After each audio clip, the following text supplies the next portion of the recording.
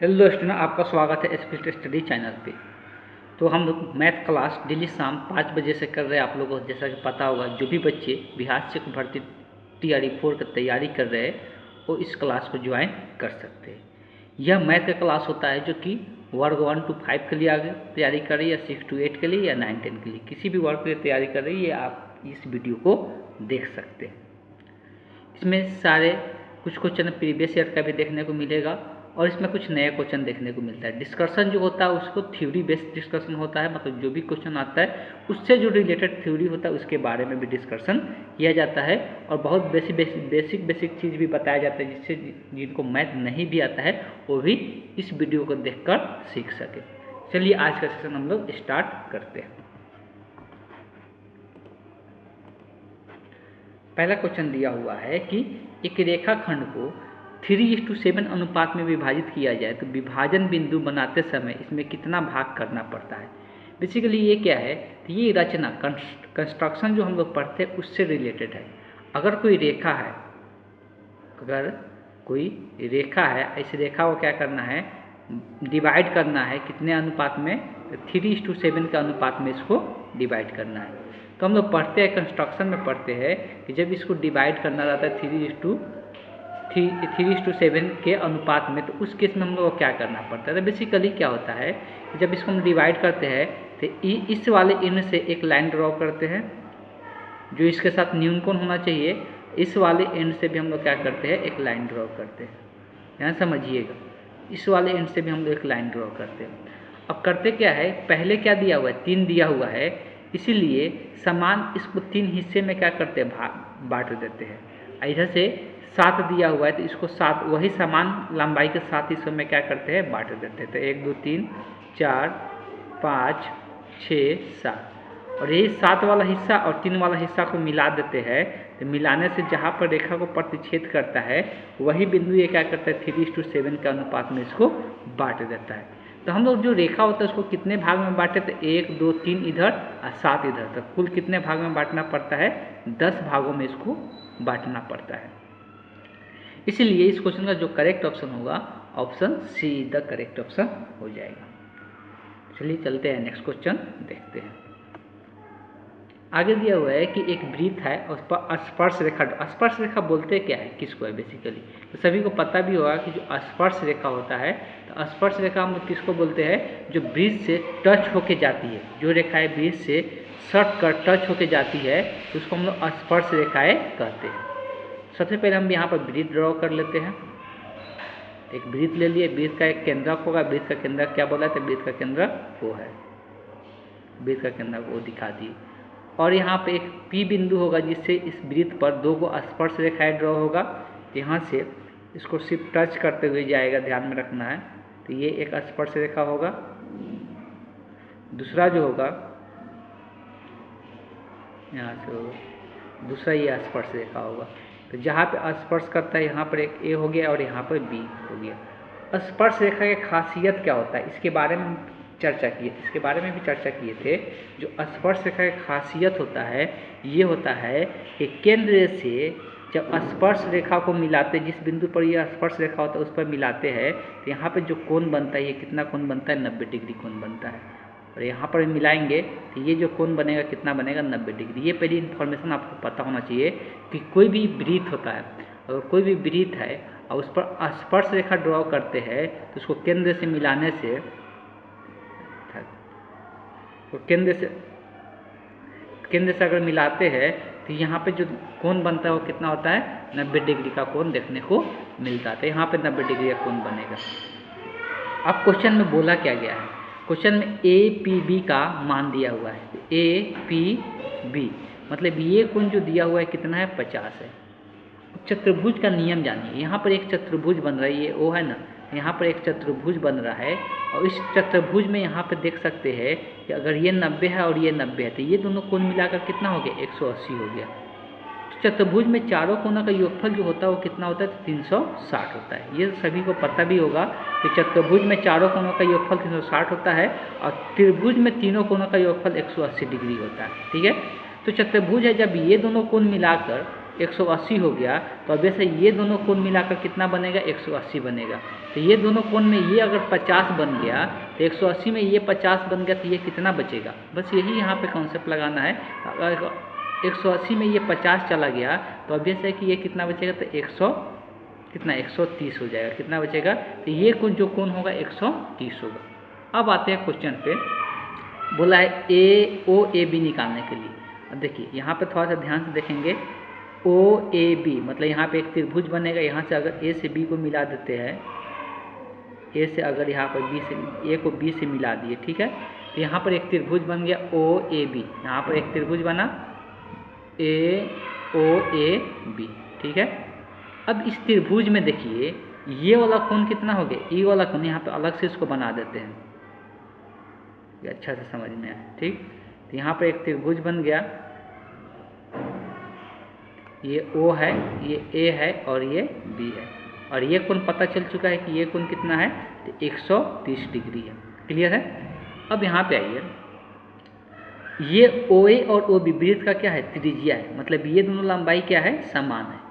जब ये दोनों लंबाई समान होते हैं तो ये कैसा त्रिभुज बनता है, तो समद्विबाहु त्रिभुज बनता है, आइसोसेलेस ट्रायंगल बनता है। कौन सा त्रिभुज बनता है, तो समद्विबाहु त्रिभुज बनता है, आइसोसेलेस ट्रायंगल का निर्माण होता है। जब आइसोसेलेस ट्रायंगल बनता है, समद्विबाहु त्रिभुज बनता है, तो ये दोनों भुजा बराबर होने के कारण ये दोनों कोण भी क्या हो जाते हैं, आपस में बराबर हो जाते हैं। ये दोनों कोण भी क्या हो जाते हैं, आपस में बराबर हो जाते हैं। तो अगर ये कोण हमको निकालना है, यही कोण हमको चाहिए OA, मतलब ये वाला कोण रह जाए, तो ये दोनों कोण बराबर होगा, तो इसको भी x मानेंगे, तो ये भी क्या हो जाएगा, x हो जाएगा, ये भी क्या हो जाएगा, x हो जाएगा। तो ये त्रिभुज है, त्रिभुज के तीनों कोणों का योगफल कितना होता है, 180 होता है।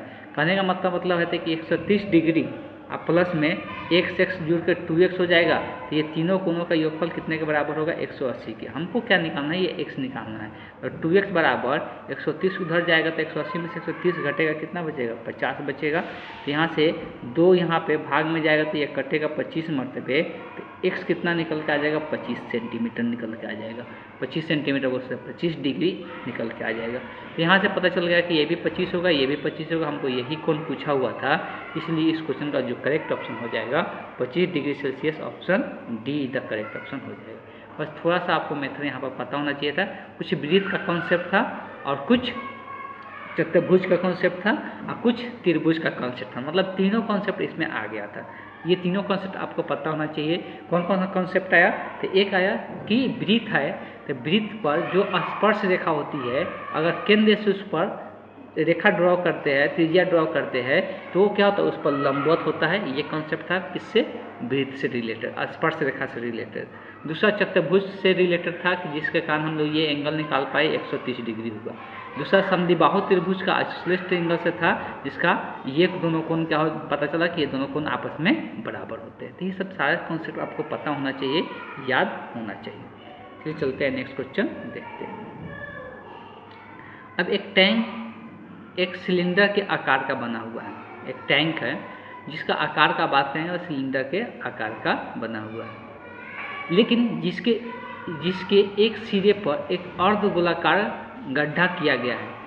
मतलब कहने का मतलब ये है कि जब हम लोग अगर एक सिलेंडर का आकार का अगर हम देखेंगे टैंक है, तो टैंक का नीचे वाला हिस्सा में तो कुछ नहीं है, जैसे रहता है वैसे ही रहेगा, नीचे वाला समतल रहेगा। लेकिन जो ऊपर वाला हिस्सा है इसमें गड्ढा किया हुआ है, और गड्ढा किस प्रकार का है, तो ये अर्धगोलाकार है। कैसा है, ये अर्धगोलाकार इसमें गड्ढा यहाँ पे किया हुआ है। तो ये अर्धगोलाकार गड्ढा यहाँ पे किया हुआ है। जब ये अर्धगोलाकार गड्ढा किया गया है, तब इसका बोला गया है कि क्षेत्रफल ज्ञात करने के लिए। देखिए इसमें थोड़ा सा कंफ्यूजन में डाला हुआ है कि अगर टैंक का बात किया जा रहा है तो टैंक का नीचे का भी क्षेत्रफल निकलेगा कि नहीं निकलेगा। कहने का मतलब ये सतह का क्षेत्रफल भी निकालना है कि नहीं, ऐसा इसमें जिक्र नहीं किया हुआ। लेकिन चलिए एक एक निकालते हैं। सबसे पहले ये बेलनाकार है, तो बेलनाकार हिस्सा में जो ध्यान रखें, जो बेलनाकार हिस्सा होता है, तो बेलनाकार हिस्सा में यह वक्र पृष्ठीय क्षेत्रफल एक होता है बेलन का। तो बेलन का वक्र पृष्ठीय क्षेत्रफल अगर निकालते हैं, ध्यान रखें, बेलन का वक्र पृष्ठीय क्षेत्रफल, तो वक्र पृष्ठीय क्षेत्रफल निकालते हैं, टोटल पहले लिखते चलते थे। बेलन का वक्र पृष्ठीय क्षेत्रफल लिखते हैं तो क्या होता है 2πr h होता है। 2πRh होता है। अगर ये ऊपर से देखेंगे तो ऊपर से क्या दिखेगा, ऊपर से किसका क्षेत्रफल होगा, तो ऊपर से किसका क्षेत्रफल होगा, तो ये अर्धगोलाकार है, तो ये अर्धगोलाकार का वक्र पृष्ठीय क्षेत्रफल होगा, सिर्फ वक्र, इसलिए कि ये अर्धगोलाकार है, तो अर्धगोलाकार में तो यह गड्ढा किया गया है ना, तो सिर्फ ये जो वक्र वाला क्षेत्रफल होगा अर्धगोलाकार, उसी का क्षेत्रफल लिखना है। तो अर्धगोले का वक्र पृष्ठीय क्षेत्रफल कितना होता है, 2πr² होता है। ठीक है, अब देखो यहाँ बेलन का त्रिज्या और ये जो अर्धगोला है दोनों का त्रिज्या समान ही होगा, इसलिए कि इसी को त्रिज्या बोलते हैं, त्रिज्या का दोनों में मान क्या होगा, समान होगा। अब तीसरा बच रहा है नीचे, अगर बेलन है तो नीचे का अगर पृष्ठ क्षेत्रफल लेते हैं तो नीचे वृत्ताकार होता है, नीचे क्या होता है, वृत्ताकार होता है, तो उसका अगर क्षेत्रफल लिखते हैं तो नीचे का वृत्ताकार आधार का क्षेत्रफल क्या होता है, πr² होता है, तो यहाँ पर πr² हो जाएगा। अब इसमें ध्यान देना है कि ये 2π और यहाँ पर पाई मिलकर क्या बन जाएगा, ये सबसे पहले सिंप्लीफाई कर लेते हैं, ये 3πr² हो जाएगा। अब इसमें से जो पहले कॉमन होता है कॉमन कर लेंगे, πr एक कॉमन हो जाएगा, बचेगा यहाँ पे 2h, तो यहाँ पर बचेगा πr कॉमन हो गया, तो अगर यहाँ पे हम देखते हैं यहाँ पर क्या बचेगा, 3r बच जाएगा। अब सबका मान रखते हैं, पाई का मान सभी को पता है कि 22/7 होता है, यहाँ 22/7 रख देंगे। क्वेश्चन में त्रिज्या दिया हुआ है, त्रिज्या सेंटीमीटर में दिया हुआ है और ऊंचाई मीटर में दिया हुआ है, आंसर किस में निकालना है, मीटर में, तो सबको मीटर में ही रहने देंगे। तो त्रिज्या को अगर मीटर में चेंज करते हैं तो 30 क्या लिखाएगा, 30/100 लिखाएगा, इंटू 2 इंटू ऊंचाई कितना है 1.45 प्लस 3 इंटू यहाँ पर क्या लिखाएगा 30/100 लिखाएगा त्रिज्या। ठीक है, में कोई दिक्कत नहीं है। अब आते जो कटने वाला है काट देते, 3 से ये 3, 0 से 0 ये कट जाएगा, और कुछ कटने वाला है 10 बच रहा है, काट सकते 2 से 5 मरतबे और ये 11 मरतबे, तो 11 कितना हो जाएगा 33 और 7 5 35 हो जाएगा। अब ये अंदर वाला आते हैं, सिंप्लीफाई करते हैं, अंदर वाला आएंगे तो इसको दशमलव हटाना चाहेंगे हटा के यूज कर सकते हैं, ये दशमलव रख भी सकते हैं, जैसा इच्छा है वैसा हम लोग कर सकते हैं। चलिए हम क्या करते हैं, आसान कैसे होगा थोड़ा सोच लेते हैं, दशमलव को हटा ही देते हैं, दशमलव को हटा देंगे तो क्या बनेगा, ये नीचे में 100 आ जाएगा, और यहाँ पर भी 100 है, यहाँ पर भी 100 है, तो कैंसिल आउट नहीं करते, 100 को रखते हैं। पहले ये 2 से गुना होगा तो 145 का दुगना करेंगे तो 200 कितना हो जाएगा, 90 होगा, 45 गुना के 90 तो 290 हो जाएगा, अब बटे में क्या है 100 है, अब प्लस ये 3 3 के 9, ये 90 बटे कितना हो जाएगा 100 हो जाएगा। इसको जोड़ेंगे यहाँ पे आ जाते हैं तो कितना हो जाएगा 33/35, नीचे में समान है तो ऊपर वाला को डायरेक्ट जोड़ सकते हैं, तो 290 में 90 जोड़ेंगे तो 300 कितना हो जाएगा 380 हो जाएगा, बटे 100 हो जाएगा। अब का कैंसल आउट करते हैं जो कटने वाला है, ज़्यादा इसमें कुछ कटेगा नहीं, बाकी यहाँ पर दशमलव में ही आंसर हम लोग को निकालना पड़ेगा।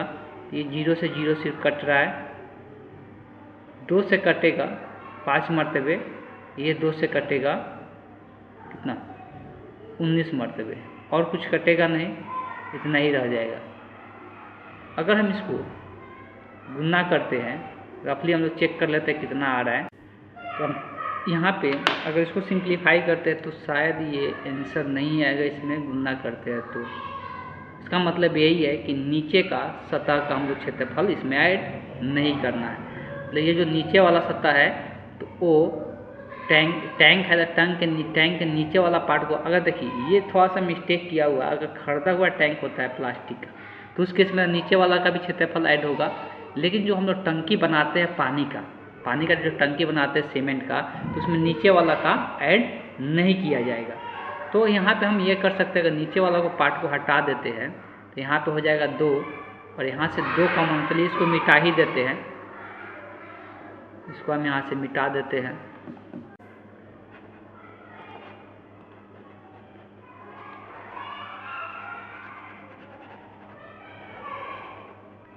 कभी कभी क्वेश्चन कुछ ऐसा पूछ देता है जिसमें कन्फ्यूजन थोड़ा सा होता है, इस क्वेश्चन में भी वही कन्फ्यूजन था कि नीचे वाला का क्षेत्रफल इसमें ऐड होगा कि नहीं होगा। तो अब यहाँ से अगर लेते हैं तो 2πr तो इसमें कॉमन हो जाएगा, बचेगा h प्लस r बचेगा। अब सबका मान रखते हैं, 2 इंटू पाई का मान 22/7, r का मान कितना 30/100 होगा, मीटर में रखना है, ध्यान रखना है। h का मान 1.45 है और r का मान 30/100 है। यहाँ दशमलव हटा के नीचे में 100 कर लेते हैं। तो अब इसको देखते हैं तो यहाँ से 0 से 0 कट जाएगा, 2 से ये 5 मरतबे 22 में 3 से गुना होगा तो कितना हो जाएगा 66/7 ये 35 हो जाएगा।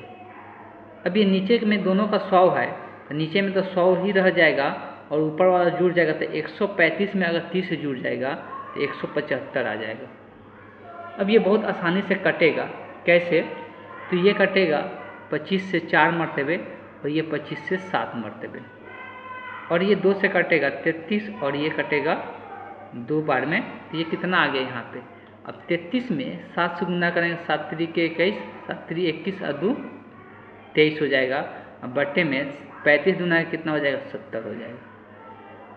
जब इसको हम लोग भाग करेंगे तो 7 से भाग करेंगे ना, 7 से अभी अच्छा यहाँ और भी कुछ कट रहा था, यहाँ पे कट जाएगा ना, 7 से तो 7 बचे 35 कट ही जाएगा, वो तो गया, तो कुछ करना ही नहीं था। 33 बटे कितना हो गया 5 दूना के 10, और 33 में 10 से भाग करेंगे तो 3 पॉइंट क्या निकल जाएगा 3, 3.3 मीटर स्क्वायर मीटर में हम लोग निकाले हैं। तो इस क्वेश्चन का जो आंसर हो जाएगा कौन सा हो जाएगा, तो option A is the correct option हो जाएगा। ठीक, इसमें जब टंकी का बात करें, आगे से ध्यान में भी रखना है, जब टंकी का बात करें तो टंकी में हम लोग नीचे वाला का सतह का क्षेत्रफल उसमें ऐड नहीं करेंगे अगर क्षेत्रफल पूछेगा तो। चलिए चलते हैं नेक्स्ट क्वेश्चन देखते हैं। दिया हुआ यदि n एक प्राकृतिक संख्या है तो 6 के पावर n और 5 के पावर n हमेशा 7 समाप्त होता है। क्या होता है? हमेशा, कुछ गलत लिखा हुआ है, हमेशा अंत 7, यहाँ पर लिखने में यहाँ पर ठीक है, इंग्लिश में ठीक है। ऑलवेज एंड विथ मतलब किससे उसका अंत, मतलब अंतिम डिजिट क्या होगा जब n कोई भी प्राकृतिक संख्या होगा तब। प्राकृतिक संख्या बोला है तो n का मान सबसे पहले 1 ले लेते हैं, तो n का मान 1 ले लेंगे, 6 के पावर 1 माइनस 5 के पावर 1, तो यहाँ 6 में से 1 घटेगा 1, तो अंत किससे हो रहा है 1 से ही हो रहा है। अगर n = 2 लेते हैं तो क्या हो जाएगा 6 के पावर 2 माइनस 5 के पावर 2, तो क्या 6 का 36 हो गया, और माइनस 5 5 25, तो ये बचेगा तो कितना 11। इसका भी अंत किससे हो रहा है 1 से ही हो रहा है। 3 भी लेकर चेक कर सकते हैं। तो अब यहाँ पे 2 से हम लोग कंफर्म हो जा रहे हैं कि उसका अंत जो हो रहा है अंत किससे हो रहा है 1 से हो रहा है, इसीलिए इसमें कौन सा क्वेश्चन का आंसर सही हो जाएगा डी। इस प्रकार का जब भी क्वेश्चन पूछे और n के बारे में इंफॉर्मेशन जो नेचुरल नंबर है प्राकृतिक संख्या जो भी है वही मान कोई एक स्पेशल मान रख के चेक कर ले, 1-2 मान रख के चेक कर लेंगे और चेक कर लेंगे क्या हो रहा है, वही उसका क्या हो जाएगा आंसर हो जाएगा। चलिए चलते हैं नेक्स्ट क्वेश्चन देखते हैं। आगे दिया है समीकरण जोड़ी में दिया हुआ x बराबर a और y बराबर b का ग्राफ द्वारा प्रतिनिधित्व करता है, तो ये एक दूसरे को प्रतिच्छेद किस बिंदु पे करेगा। तो सबसे पहले तो आपको ग्राफ का थोड़ा सा आइडिया होना चाहिए। अगर ग्राफ हम लोग देखते हैं तो x एक्सिस और y एक्सिस होता है ग्राफ में, ये x एक्सिस हो गया, ये y एक्सिस। तो ये पढ़ा जाता है कि सिर्फ कोई समीकरण दिया हुआ जिसमें सिर्फ x बराबर a दिया हुआ है तो ये हमेशा y एक्सिस के क्या होते हैं समांतर होते हैं, और x को a बिंदु पर काटते हुए y एक्सिस के समांतर ड्रॉ किया जाता है। तो ये y एक्सिस के समांतर ये कहाँ पर, तो x को a पे काटते हुए ग्राफ इसका ड्रॉ होगा। तो यही जो ग्राफ होता है x बराबर a होता है, ये अनंत तक जाता है। तो उसी प्रकार से जब y बराबर b होगा तो ये x एक्सिस के समांतर होते हैं। तो ये कहीं पर भी ड्रॉ करो जहाँ से ये y को b बिंदु पर काटेगा, और ये जब ग्राफ ड्रॉ करेंगे तो ये कहीं ना कहीं एक दूसरे को क्या करेगा प्रतिच्छेद करेगा। तो यही प्रतिच्छेदन बिंदु पूछा हुआ है।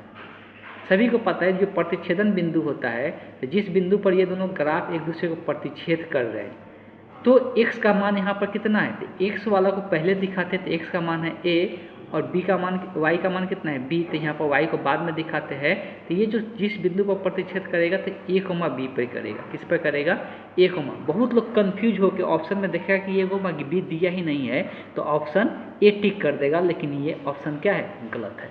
इसलिए कि पहले x का निर्देशांक लिखा जाता है और x का मान कितना है a है और y का मान b है, तो ये a, b पर प्रतिच्छेद करेगा। तो इसलिए इस क्वेश्चन का जो करेक्ट ऑप्शन होगा option E the correct option हो जाएगा। चलिए चलते हैं नेक्स्ट क्वेश्चन देखते हैं। अब बात किया जा रहा है कि एक क्रिकेट मैच में एक बल्लेबाज 40 गेंदों में से 8 बार बाउंड्री लगाता है। 40 गेंद खेलता है और 40 गेंद खेल के 8 बार जो है बाउंड्री लगता है, और मतलब 32 बार ऐसा है, 32 गेंद ऐसा खेलता है जिसमें बाउंड्री नहीं लगता है। तो बोला है बाउंड्री न लगने का प्रायिकता बताना है। तो प्रायिकता में ऊपर में जिसका प्रायिकता पूछता है उसका संख्या लिखा जाता है। तो बाउंड्री कितने गेंद पर नहीं लगा है? 32 गेंद पर, इसलिए कि 8 बॉल पर क्या बाउंड्री लगा है। तो पूछा है बाउंड्री नहीं लगने वाला था, 32 ऐसा गेंद है जिस पर बाउंड्री नहीं लगा है, जिसका पूछता है उसको ऊपर में, अब कुल नीचे में, कुल गेंद कितना खेला गया है 40, तो कुल नीचे में हो जाएगा। और ये 8 से कटेगा, 8 चौका 32, 8 पचे 40, तो क्या आ जाएगा 4 बचे 5 निकल के आ जाएगा। तो आप ऑप्शन में देख सकते, बहुत आसान प्रायिकता दिया हुआ है, इसमें कोई दिक्कत नहीं होने वाला है। तो इस क्वेश्चन का आंसर क्या हो जाएगा? Option D the correct option हो जाएगा। प्रायिकता में बस इतना ही ध्यान में रखना, जिसका प्रायिकता पूछता है उसकी संख्या को ऊपर दर्शाना रहता है और कुल संख्या को नीचे दर्शाना रहता है, जो घटना होता है उसकी घटना का संख्या को। ठीक, चलिए चलते हैं नेक्स्ट क्वेश्चन देखते हैं। आगे दिया tan A बराबर cot 30 डिग्री। देखिए ये दोनों तरफ से tan कॉट को हटा सकते, जब दोनों तरफ समान रहेगा तब। ये इधर भी tan है तो इधर भी tan होना चाहिए, या इधर भी कॉट है तो इधर भी कॉट होना चाहिए। तो tan को कॉट में बदल सकते हैं पूरक फार्मूला का यूज करके। किसका? तो पूरक। तो पूरक के बारे में चर्चा कर ले। पूरक कोण हम लोग बोलते हैं। त्रिकोणमिति में जब पूरक कोण का इस्तेमाल करते हैं तो बताया जाता है जो साइन होता है वो पूरक होते हैं कॉस के। तो क्या लिख सकते हैं? साइन को लिख सकते हैं cos 90 degree minus theta. Cos theta को लिख सकते हैं sine 90 degree minus theta. Tan theta को लिख सकते हैं, टेन कॉट का पूरक होता है तो टेन 90 डिग्री माइनस थीटा। उसी प्रकार से कॉट थीटा को लिख सकते हैं टेन 90 डिग्री माइनस थीटा। उसी प्रकार से सेक जो होता है कॉसेक का पूरक होता है, तो सेक थीटा को लिख सकते हैं 90 degree minus theta. Cosec theta को लिख सकते हैं सेक 90 डिग्री माइनस थीटा। तो ये एक दूसरे को पूरक होते हैं। तो किसी को भी चेंज कर ले, हमको टेन को लिख सकते हैं कॉट के रूप में। तो जब यहाँ पे टेन को चेंज करेंगे, टेन की जगह कॉट लिखाएगा, टेन की जगह क्या लिखाएगा? कॉट लिखाएगा। लेकिन यहाँ पर ए है, ये क्या लिखाएगा? टेन की जगह कॉट लिखाएगा तो 90 degree minus theta, 90 degree theta की जगह ए है तो 90 माइनस ए हो जाएगा। और इधर भी क्या है? कॉट है, तो कॉट 30 प्लस, दोनों तरफ से एक ही को चेंज करना है। अब ये दोनों तरफ जब कॉट हो जाता है तो दोनों तरफ से कॉट रिमूव कर सकते हैं, तो 90 डिग्री माइनस ए बराबर हो जाएगा 30 डिग्री प्लस ए। हमको ए का मान निकालना है। ये ए इधर माइनस में तो उधर लेके चल जाते हैं। 90 डिग्री, ये 30 प्लस में इधर आएगा तो माइनस में, इधर से हो गया ए, और ये माइनस में है तो इधर आ जाएगा प्लस में ए। और 90 में से 30 घटेगा तो ये बच जाएगा 60, और ये ए जुड़ के कितना हो जाएगा? 2a हो जाएगा। तो यहाँ से 2 से 60 जो है कट जाएगा, कितने मरतबे? 30 मरतबे। तो ए का जो मान निकल के आ गया कितना? 30 डिग्री निकल के आ गया। तो यहाँ पर बेसिकली आपको पूरक कोणों की जानकारी होना चाहिए। अगर यही जानकारी रहेगा तभी जाकर आप इस प्रकार का क्वेश्चन बना सकते हैं। सिंपल यहाँ पर ये, अगर आपको पूरक वाला का जानकारी है तो ध्यान में रखना है कि दोनों तरफ समान बना के इसको रिमूव कर सकते हैं। हाँ, लेकिन यहाँ पर हम लोग ये एक कंडीशन होता है कि रिमूव करने का, इसका एक रेंज होता है एंगल का, मतलब 90 डिग्री के अंदर होना चाहिए, अदरवाइज ये गलत हो जाएगा। लेकिन वो हाई लेवल हो जाता है, उस प्रकार क्वेश्चन नहीं पूछा जाता है। ठीक है, तो चलिए चलते हैं नेक्स्ट क्वेश्चन देखते हैं। बोला गया 50 अवलोकनों वाले दिए गए डाटा के लिए 15 से 20 पर तुरंत कम से तुरंत अधिक प्रतिच्छेद करते हैं। तो देखो, जिस रेंज में प्रतिच्छेद करता है, प्रतिच्छेदन बिंदु को ही हम लोग क्या कहते हैं? जिस रेंज में प्रतिच्छेद करता है तो प्रतिच्छेदन बिंदु को ही हम लोग क्या कहते हैं? तो उससे हम लोग माध्यक निकालते हैं, या माध्यिका उसको बोलते हैं। क्या कहते हैं हम लोग? माध्यिका। मतलब बोला है कि तुरंत कम, मतलब 15.5 और इतना पर तुरंत से कम और तुरंत से अधिक प्रतिच्छेद करती है, तो डाटा का माध्यक क्या होगा? सबसे पहले ध्यान में ये रखना है कि तुरंत एक ग्राफ होता है। क्या होता है? दो प्रकार का ग्राफ होता है। एक ग्राफ नीचे से ऊपर की ओर बढ़ता है, एक ग्राफ ऊपर से नीचे की ओर आता है। एक ग्राफ ऊपर से नीचे की ओर आता है, और जहाँ पर ये एक दूसरे के प्रतिच्छेद करता है, तो जो प्रतिच्छेदन बिंदु होता है, ध्यान सुनिएगा, तो जो प्रतिच्छेदन बिंदु होता है वही उसमें एक क्या बनता है? माध्यक का निर्माण करता है। तो यहाँ पे जो बिंदु पर प्रतिच्छेद कर रहा है वो कौन सा बिंदु है? तो 15.5 है और 20 है। ध्यान में रखना है, जो ये x वाला बिंदु होता है, यही बिंदु हम लोग का क्या बनता है? जिस बिंदु पर प्रतिच्छेद करता है, ये जो पहले लिखा हुआ है वही हम लोग का माध्यक बनता है। वही क्या बनता है? माध्यक बनता है। तो इस क्वेश्चन का जो माध्यक होगा क्या हो जाएगा? 15.5 हो जाएगा। बस यही कॉन्सेप्ट आपको पता था कि हम लोग ग्राफ ड्रॉ करते हैं एक तुरंत कम से, तो कम से नीचे से ऊपर की ओर जाता है, और तुरंत अधिक तो ऊपर से नीचे की ओर आता है। और जिस बिंदु पर प्रतिच्छेद करता है, तो जो इसका x वाला पॉइंट होता है वही उसका क्या होता है? मीडियम होता है, वही उसका माध्यक होता है, या माध्यिका भी हम लोग बोलते हैं। इसलिए इस क्वेश्चन का जो करेक्ट ऑप्शन होगा, option see the correct option हो जाएगा। चलिए चलते हैं नेक्स्ट क्वेश्चन देखते हैं। लीप ईयर वर्ष में 53 रविवार होने की प्रायिकता क्या होगा? देखिए, बात करते हैं, अगर लीप ईयर का बात करते हैं, लीप ईयर में टोटल 365 दिन होते हैं। टोटल कितने होते हैं? 365 दिन होते हैं। जो 365 दिन होता है, इसमें कितना? 52 वीक होते हैं। कितना होते हैं? 52 वीक होते हैं। टोटल इसमें 52 वीक्स होते हैं, और प्लस 1 डे होता है। 365 में टोटल कितना? 52 गो सप्ताह होगा, और एक दिन होता है। अब देखिए, एक दिन में इसमें से 7 दिन हम लोग आता है, 7 दिन में से कोई भी एक आ सकता है। तो 7 में से कोई एक ही दिन रविवार आ सकता है। 7 में से कोई एक ही दिन रविवार आ सकता है। इसलिए 7 गो में से 7 में से कोई एक ही दिन आ सकता है ना इसमें, मतलब एक में से कोई भी हो सकता है। तो पॉसिबिलिटी, कुल पॉसिबिलिटी क्या है? 7 गो है। 7 को सप्ताह में 7 को दिन होता है ना, तो कुल पॉसिबिलिटी कितना है? 7 है। तो कुल को नीचे लिखते हैं, और उसमें से एक ही रविवार कोई आ सकता है, तो ऊपर में कितना हो जाएगा? 1 हो जाएगा। इसका प्रायिकता कितना हो जाएगा? इसका प्रायिकता 1/7 हो जाएगा। सिंपल यही एक डे पर डिपेंड करता है कि 53 को, इसमें 52 को रविवार तो होगा ही। कितना? 52 को युग है तो 52 को रविवार होगा। लेकिन जो एक एक्स्ट्रा डे होता है वो तो कोई भी दिन हो सकता है ना, संडे, मंडे, ट्यूसडे, कुछ भी हो सकता है 7 में से। तो कुल कितना हो गया? 7 हो गया। और उसमें से एक ही दिन का बचा हुआ है, तो एक दिन रविवार आ सकता है। इसलिए यहाँ पर 1/, कितना हो जाएगा? 7 हो जाएगा। इसलिए इस क्वेश्चन का जो करेक्ट ऑप्शन हो जाएगा, option see the correct option हो जाएगा। चलिए चलते हैं नेक्स्ट क्वेश्चन देखते हैं। आगे दिया हुआ है, ये थोड़ा सा क्वेश्चन अच्छा क्वेश्चन दिया हुआ है कि एक चट्टान 25 मीटर ऊंचा है।